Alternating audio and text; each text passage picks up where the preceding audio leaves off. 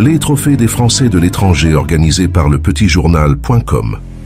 La radio des Français dans le monde présente le podcast.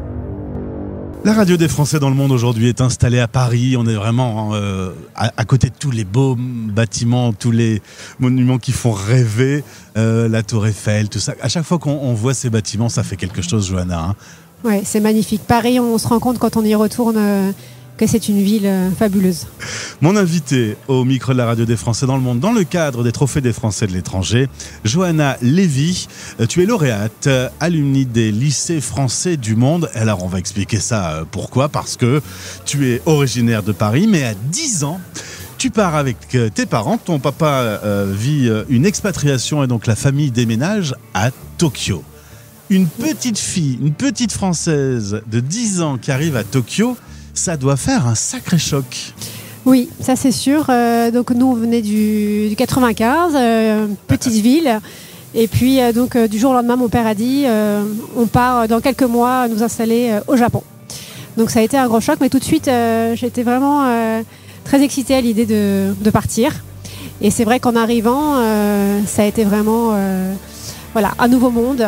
Et tout de suite j'ai adoré. Et c'est vrai que ces 4 années passées au lycée français, donc je restais quand même dans le système français, mais en même temps c'est très international, donc il y avait 40 nationalités je crois, et ça a été vraiment cette première ouverture sur l'Asie et mon amour pour le Japon est né de ces 4 années. Ouais. T'étais toute jeune, t'as quand même des souvenirs encore très clairs? J'ai beaucoup de souvenirs, j'ai encore beaucoup d'amis de cette époque. On crée un réseau qui est très, très soudé parce que c'est vraiment des expériences et des années qu'on n'oublie pas en fait. À 15 ans, retour en France, tu reprends le lycée à Paris, mais tu vas faire une maîtrise de japonais, donc quelque part, une partie de ton cœur reste là-bas.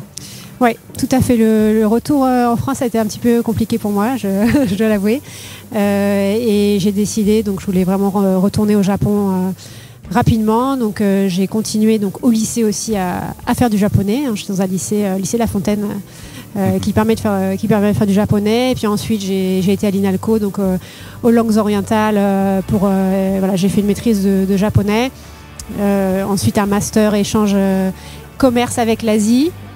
Et je suis repartie, donc j'ai eu la chance de trouver un VIA. Donc je suis partie d'abord pour une période de 2 ans. Je travaillais au Centre japonais du commerce extérieur, donc j'étais la seule étrangère auprès de plusieurs de centaines de personnes. Et ensuite, j'ai travaillé dans les ressources humaines pendant 4 ans. Voilà. Alors tu m'as quand même dit que le travail au Japon, c'était pas simple. Hein. Explique-moi un peu.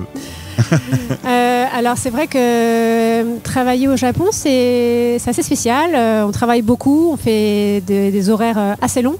C'est assez mal vu, même si on a terminé son travail, de partir trop tôt. Il faut toujours attendre que le boss soit parti avant. Donc les gens restent tard. Et ensuite, en général, ça enchaîne sur des dîners. Et voilà. On travaille tout le temps. Il faut savoir boire. Ce qui n'était pas trop mon cas. Mais pendant ces 2 ans, mais c'était une expérience super. Mais c'est vrai que c'est assez intense. La hiérarchie, on me dit souvent, c'est très très différent. Le fonctionnement au travail, on n'a rien à voir avec la France là. Non, ça n'a vraiment rien à voir. Mais c'est vraiment sympa aussi, quoi. C'est le soir, on va dîner souvent avec les boss, et là toute la hiérarchie tombe en fait, et le lendemain tout le monde boit et le lendemain on oublie tout. On reprend sa place. France 2010, c'est le retour, 2e retour en France. Tu m'as dit que le premier il s'était pas très bien passé, mais je t'ai pas posé la question, mais pourquoi?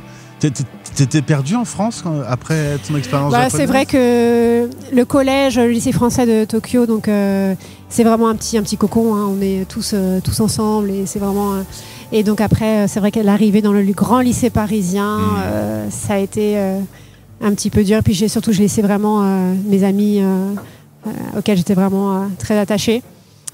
Et puis l'amour du Japon, quoi. Je me sens vraiment chez moi là-bas. J'étais trop loin du Japon. Ouais. Quand tes parents te font découvrir l'expatriation, toi, tu prends goût.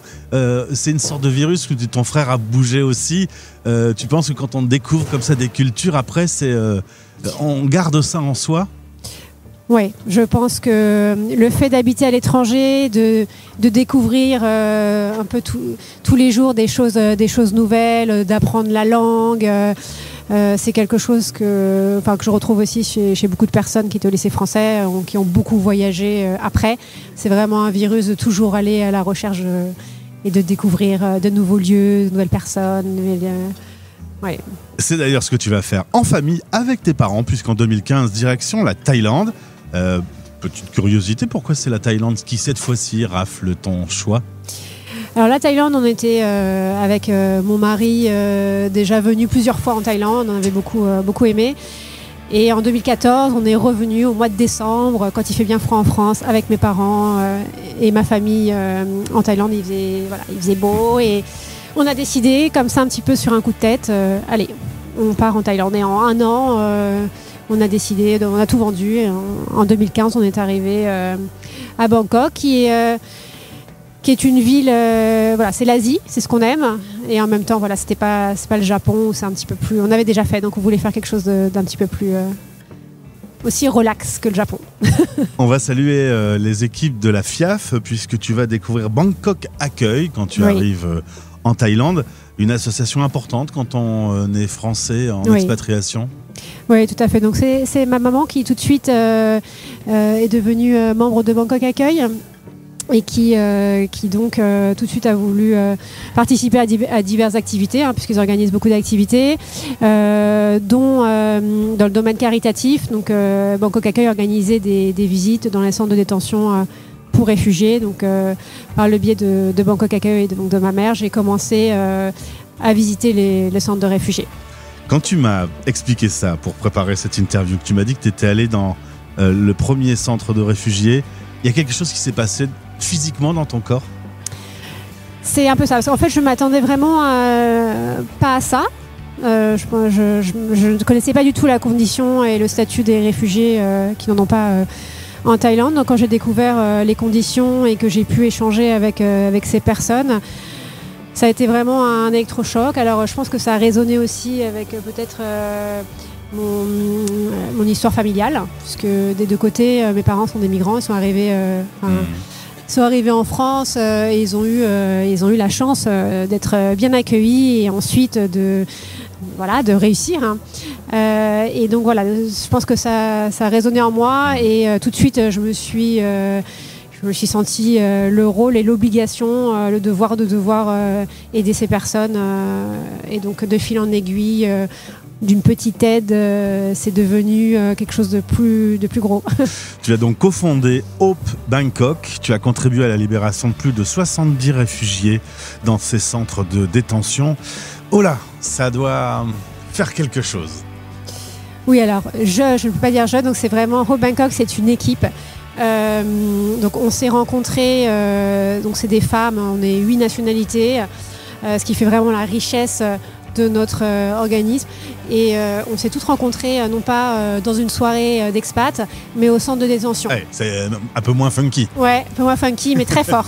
Donc on a vraiment les mêmes valeurs, même si on vient de plein d'endroits différents et toutes différentes, mais on a les mêmes valeurs et donc ça fait depuis 9 ans qu'on travaille bénévolement à lever des fonds, à essayer d'aider le maximum de réfugiés, donc de les sortir de détention, d'aider les enfants à aller à l'école, de leur apporter tout ce dont ils peuvent avoir besoin. Donc c'est vraiment la première nécessité, c'est nourriture, frais médicaux, et on les accompagne vraiment jusqu'à ce qu'ils partent, pour les plus chanceux, dans un pays tiers, donc aux États-Unis, Canada, Australie. Donc nous, on les accompagne à la fin. On leur donne une valise, on leur donne des vêtements et on va leur dire au revoir à l'aéroport.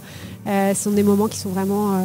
donc c'est une aventure humaine j'allais incroyable. Dire, humainement, tu dois vivre des choses extrêmement violentes. Voilà, c'est ça. Donc humainement, que ça soit au sein... j'ai rencontré des personnes incroyables au niveau des réfugiés, des Syriens, des Afghans, des personnes vraiment très très intéressantes. Et puis au niveau des volontaires aussi.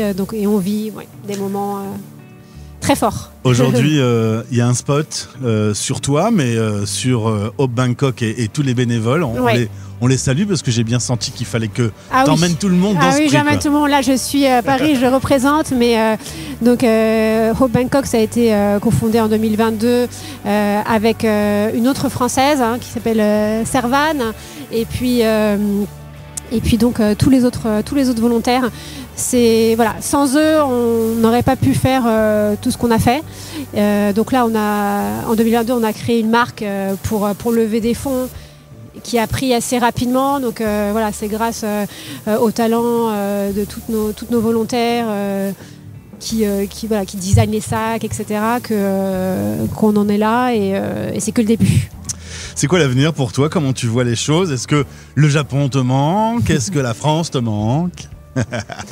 Alors, je suis très bien à Bangkok. Je suis ravie d'être là à Paris et de retourner au Japon en vacances. Mais pour l'instant, je pense que ma mission est à Bangkok.